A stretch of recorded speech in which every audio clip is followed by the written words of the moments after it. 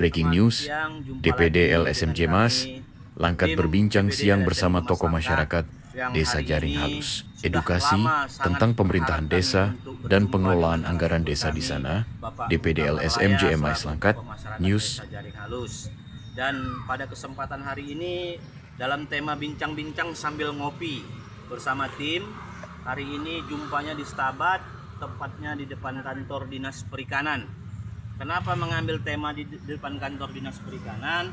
Karena ini merujuk untuk kepentingan semua masyarakat Desa Jaring Halus, terutama yang bertanya tentang bantuan-bantuan perikanan yang ada datanya di dalam setiap kementerian maupun di desa-desa pesisir umumnya. Masyarakat Desa Jaring Halus bertanya tentang bantuan-bantuan yang khususnya didapat dari Dinas Perikanan, Kelautan dan Perikanan. Jadi dalam kesempatan ini dengan Bapak Muktamar selain sebagai tokoh masyarakat juga mantan kepala desa Jaring Halus. Dalam paparannya menjelaskan breaking news headlines DPDL SMGMI Langkat. Selama Bapak memimpin kemarin, pemerintah kan ada mengucurkan dana desa setiap tahunnya kepada semua desa-desa untuk membangun infrastruktur desa, membangun kemajuan di tingkat desa. Di tahun berapa Bapak merasakan bantuan itu selama Bapak menjabat? Jadi saya itu jadi kepala desa di Jaring Halus ya pertengahannya 2013 sampai 2019 karena kan jabatan kepala desa itu kan 6 tahun. Nah, dana desa itu dicairkan mulai ada di, kalau tidak salah ya, awal 2015. Nah, jadi dana desa itu tujuan kalau tak bukan adalah untuk membangun desa. Ya, kalau umpamanya dia di bidang, kalau di pesisir pantai, infrastruktur, ya, jalan-jalan desa, umpamanya kerabat beton, ya, beton. Nah, bisa juga umpamanya pembangunan prasarana lainnya. Ya.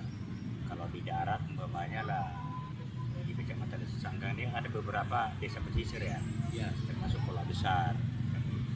Nah, kalau macam di darat itu misalnya Lubuk Padi, ya, jalan pertanian.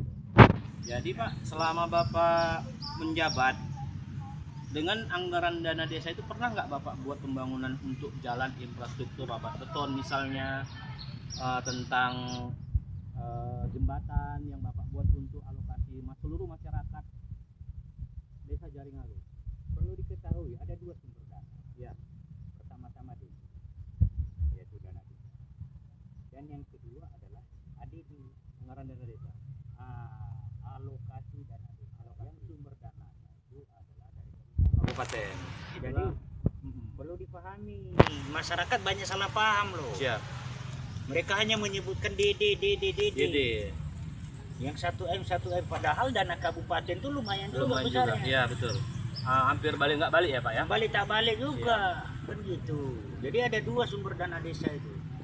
Nah, kalau tentang saya tidak pernah istilahnya melakukan hal-hal yang tidak benar, apalagi yang namanya markup atau fiktif. Saya tidak berani. Saya tidak berani. Karena saya dulu menjadi seorang kepala desa ini juga termasuk yang paling vokal sebelum jadi kepala desa. Iya.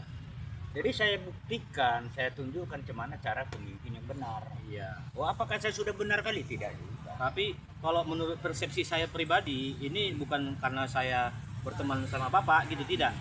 Sebelumnya kita juga sudah pernah tahu tentang Bapak dulu waktu masih menjabat. Tapi kita belum pernah duduk seperti ini ya kan Pak? Iya. Juga. Jadi perlu digarisbawahin, ketika saya jumpa kembali dengan Bapak, ternyata Bapak selaku mantan kepala desa, kehidupannya yang dulu saya pernah datangi seperti dulu, ternyata begitu saya jumpa kembali dengan kawan-kawan, ternyata kehidupan Bapak seperti dulu juga gitu. Dengan anggaran dana desa yang begitu besar, apa Bapak tidak pernah terniat sedikit pun untuk memperkaya diri Pak?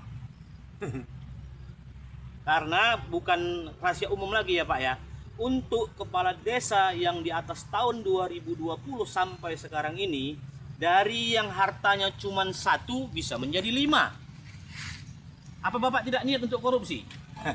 Nggak tergiur Bapak dengan uang yang segitu banyak? Yang namanya manusia manusia ya, pasti ada.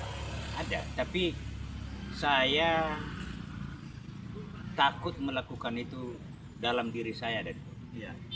yang saya takutkan. Pertama-tama pertanggungjawaban saya itu nanti selama saya memimpin dunia dan akhirat. Iya. Dan itu yang saya takutkan. Ya. Apalah gunanya saya mendapatkan harta, Iya. tetapi pada akhirnya saya jatuhnya nanti ke KPK. Oh, siap. Ya. Akhirnya saya nanti dikejar-kejar sama kejaksaan.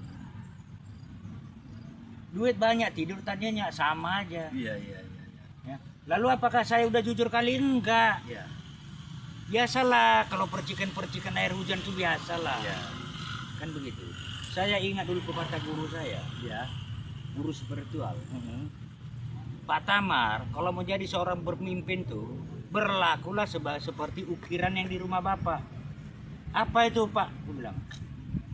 Tahu ukiran meja, Iya. ukiran bangku, itu kan berleku-leku.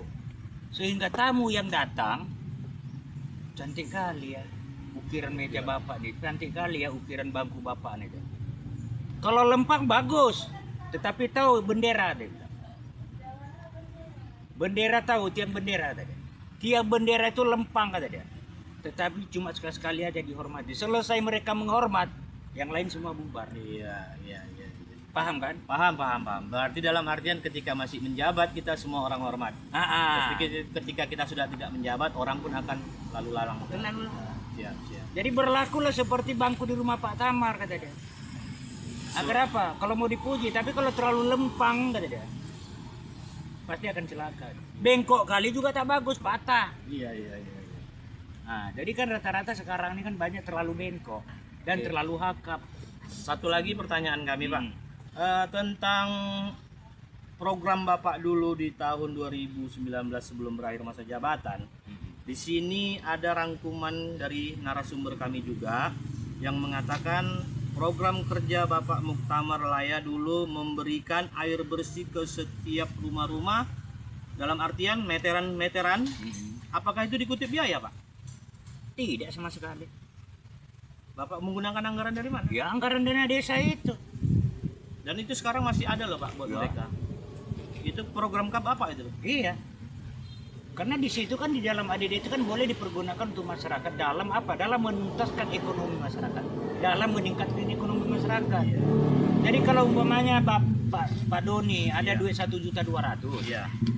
mau rehab rumah, ya kan? Tapi tak jadi. Kenapa? Mau pasang meteran air. Ya. Jadi dengan adanya saya sumbangkan 1.200.000 untuk pasang meteran, Pak Doni kan bisa rehab rumah. Iya. Sebuah program yang bagus yang membekas di hati masyarakat Desa Jaring Halus, Pak. Dan itu mereka akuin tentang program Bapak yang tepat guna. Artinya anggaran yang dikucurkan pemerintah untuk mensejahterakan rakyat itu sudah mulai berjalan.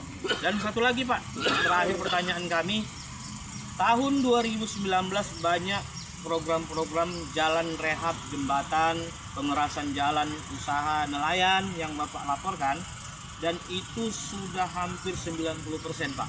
Tapi begitu kami berkunjung di tahun 2024 semalam dengan laporan-laporan yang menyetarakan tentang kegiatan desa yang dilaporkan di 2024 tentang jalan, itu semuanya tidak ada yang baru saya lihat, Pak. Hanya pun sekitar 100 meter, 50 meter itu pun hanya 1-2. Padahal di laporan setiap tahun pengerasan jalan usaha tani, pengerasan jalan usaha nelayan, perehapan dermaga, itu semuanya tidak ada, Pak. Nah, kalau menurut Bapak apakah berjalan itu selama kepala desa yang sekarang? Kalau saya lah ya, Ya. Bisa Yang Bapak saya- klaim jalan-jalan yang Bapak buat dulu? yang saya tahu jalan-jalan khususnya di tengah-tengah kampung dulu adalah di zaman saya. Ya kalau memang ada kejadian perehapan makan biaya sampai ratusan juta, yang mananya? Iya. Nah kan begitu, ya itu terserah dia lah, dialah yang tahu. Tetapi saya selaku mantan kepala desa juga ngerti kok, bukan tak ngerti macam mana keuangan desa itu. Setahu saya tidak ada. Banyak kali yang saya tahu tidak benar, ya diduga. banyak hal-hal yang tidak benar. Menurut saya seperti itu. Baik Pak, terima kasih Pak, terima kasih kembali Oke. atas bincang-bincangnya. Semoga Bapak sehat-sehat selalu. Dan juga perlu digarisbawahin selaku masyarakat Desa Jaring Halus, kalau bisa jaga semua kekompakan. Dan ini berlaku juga sebagai himbauan dari kami lembaga swadaya masyarakat, khususnya selaku pegiat sosial yang ada di seluruh Indonesia. Mari untuk kita introspeksi diri, kalau bisa seluruh mantan-mantan kepala desa itu ambil bagian untuk membangun desa, dalam artian mengawasin kepada kepala desa yang baru. Jadi setiap laporan-laporan yang ada dibuat sama kepala desa yang baru, yang lama ini pun mengetahui gitu. Jangan tidak dilibatkan, jangan tidak terlibat. Karena sedikit banyak orang yang mengerti, tapi mereka peduli. Banyak yang mengerti, tapi sedikit yang peduli. Itu saja dari kami, DPD LSM Gemas Langkat bersama saya Ketua, Sekjen Abdullah Saludin dan Kepala Divisi-Divisi. Assalamualaikum warahmatullahi wabarakatuh. Salam Langkat.